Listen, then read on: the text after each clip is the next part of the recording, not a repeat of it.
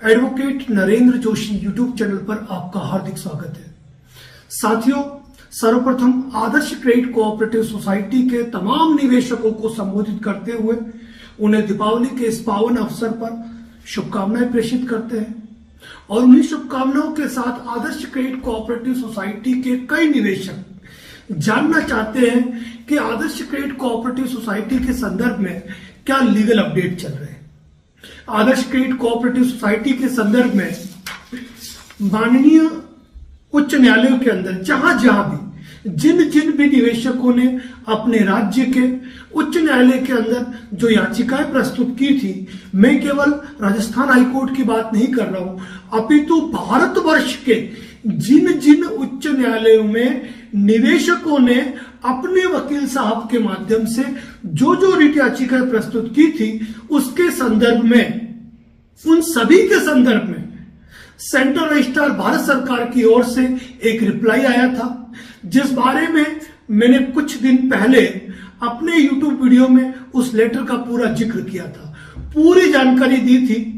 कि वह लेटर क्या है और उस लेटर में वो क्या कहना चाहते हैं। इसका उस लेटर के बारे में यदि आप विस्तृत रूप से जानना चाहते हैं तो डिस्क्रिप्शन बॉक्स में मैं उस वीडियो का लिंक दे रहा हूं। आप डिस्क्रिप्शन बॉक्स में जाकर लिंक पे क्लिक करके वो वीडियो जरूर सुने, ताकि आपको आगे के अपडेट मालूम पड़े कि आगे क्या प्रोसीडिंग हो रही है और आगे क्या प्रोसीडिंग चलेगी। एक बात और मैं कहना चाहूंगा कि आदर्श क्रेडिट कोऑपरेटिव सोसाइटी में जो निवेशक हैं, जो संपूर्ण भारत के कश्मीर से लेकर कन्याकुमारी तक है, जिन्होंने की जिन लोगों ने पहले रिट याचिकाएं पेश की, उनको देखकर उनसे प्रेरित होते हुए अपने देश, अपने राज्य के विभिन्न उच्च न्यायालयों में उन्होंने याचिकाएं प्रस्तुत की। हमारे द्वारा तो केवल और केवल 16 रिट याचिकाएं माननीय राजस्थान उच्च न्यायालय में प्रस्तुत की गई है, किंतु मैं आपको जानकारी दूंगा कि संपूर्ण भारत के अंदर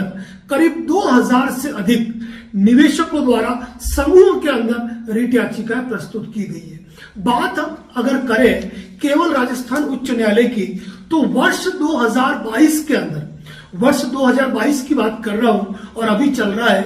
केवल 10वां महीना, यानी कि 10 महीनों के दरमियान करीब मैं बात कर रहा हूं राजस्थान उच्च न्यायालय की,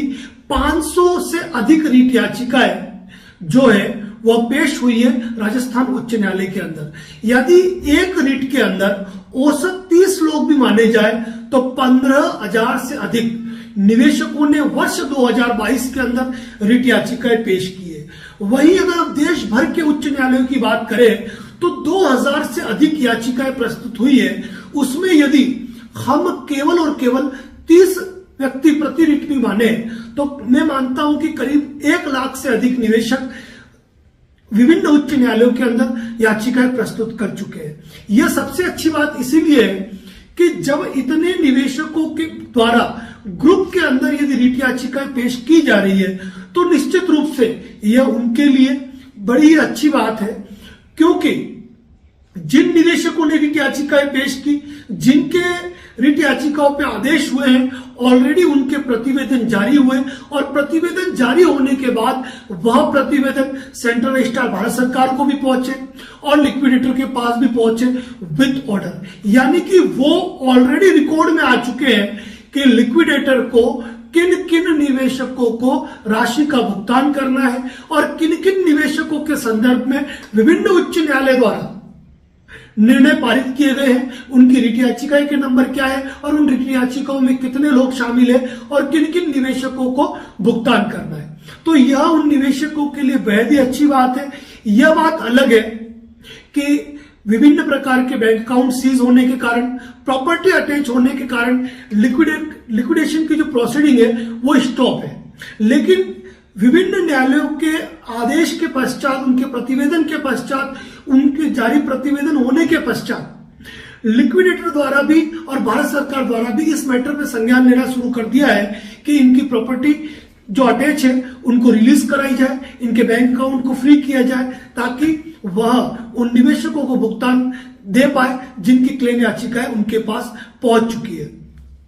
कुल मिलाकर इस वीडियो का मकसद मेरा आपको यह जानकारी देना है कि वर्ष 2020 के अंदर राजस्थान उच्च न्यायालय के अंदर केवल और केवल 35 रिट याचिकाएं पेश हुई थी। 2021 के अंदर करीब 50 रिट याचिकाएं पेश हुई थी। वहीं वर्ष 2022 के अंदर राजस्थान उच्च न्यायालय के अंदर 500 से अधिक रिट याचिकाएं पेश हुई है और संपूर्ण देश में 2000 से अधिक रिट याचिकाएं पेश हुई है। यह रिट याचिकाएं देश के विभिन्न उच्च न्यायालयों में निवेशकों द्वारा अलग अलग एडवोकेट्स के माध्यम से की हुई है और सबका लक्ष्य और सबका मकसद एक ही है कि किसी भी रूप से निवेशक को राहत प्रदान हो पाए। और इसी बात को लेते हुए सेंट्रल रजिस्ट्रार भारत सरकार द्वारा एक पत्र जो जारी किया गया, जो विभिन्न उच्च न्यायालय के असिस्टेंट सॉलिसिटर ऑफ जनरल को प्रेषित किया गया, जिसकी एक प्रति हमको भी प्राप्त हुई, जो आपको डिस्प्ले पे दिख रही है। वह पत्र क्या है उसकी जानकारी तो आप डिस्क्रिप्शन बॉक्स में देख सकते हैं। तो मेरा इस वीडियो का मकसद यह है कि हमने तो केवल और केवल 16 रिट याचिकाएं पेश की, लेकिन देश के भीतर करीब 2000 से अधिक याचिकाएं प्रस्तुत हुई, जिसमें ग्रुप के माध्यम से करीब 1 लाख से अधिक लोग अपने इंसाफ की आवाज उठा रहे हैं। और जब ये विभिन्न रिट याचिका या विभिन्न याचिकाओं पे जब आदेश होते हैं और इनका जब क्रियान्वयन होता है और इन क्रियान्वयन के आधार पर ही सरकार पे इस बात का दबाव बन पाता है कि इतने लोग न्याय प्राप्त करने के लिए, अपने अधिकारों के संरक्षण के लिए उन्होंने न्यायालय का दरवाजा खटखटाया। कुल मिलाकर आपने ये देखा होगा कि विभिन्न प्रकार के धरने प्रदर्शन हो रहे हैं, आंदोलन हो रहे हैं, बाकी सब चीज हो रही है, लेकिन कहीं पर भी सरकार द्वारा कोई जवाब नहीं दिया जाता है। वही न्यायालय के समक्ष प्रस्तुत मामलों के अंदर सरकार द्वारा स्पष्टीकरण दिया जाता है। और जब इतनी याचिकाओं के माध्यम से, जब इतने निवेशक समूह के माध्यम से अपने अधिकारों के संरक्षण की मांग करेंगे, तो पुरजोर रूप से उनका समर्थन होगा। और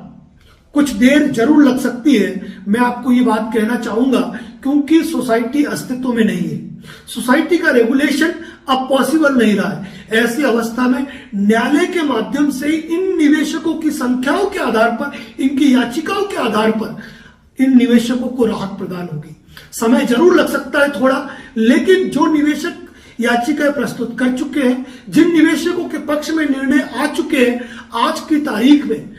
तारीख में वह समस्त निवेशक कुल मिलाकर एक हिस्सा बन चुके हैं अपनी कार्रवाई का, एक पार्ट बन चुके हैं क्लेम का। और उनके क्लेम जो है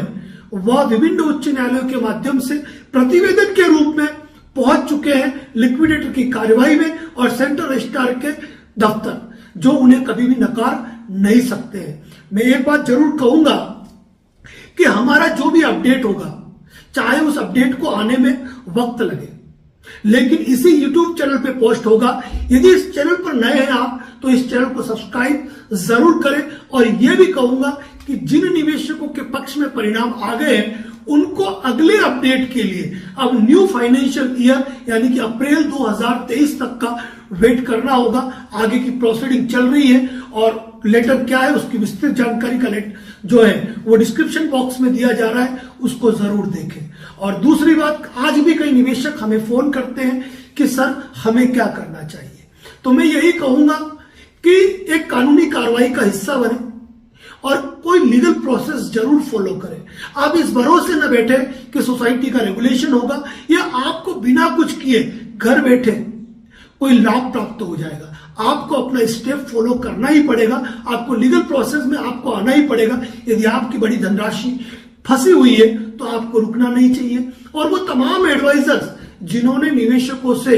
राशि निवेश कराई है, वह भी उन्हें अंधकार में न रखे और उन्हें क्लियरली कहे कि आदर्श क्रेडिट कोऑपरेटिव सोसाइटी पर लिक्विडेटर अपॉइंट हुए कितना टाइम हो चुका है, सोसाइटी को बंद हुए कितना टाइम हो चुका है और अब उनको क्यों लीगल प्रोसेस में जाना आवश्यक है। चैनल पर नए हैं तो सब्सक्राइब करें और प्रत्येक निवेशक तक इस वीडियो को जरूर शेयर करें। और जिन जिन निवेशकों ने,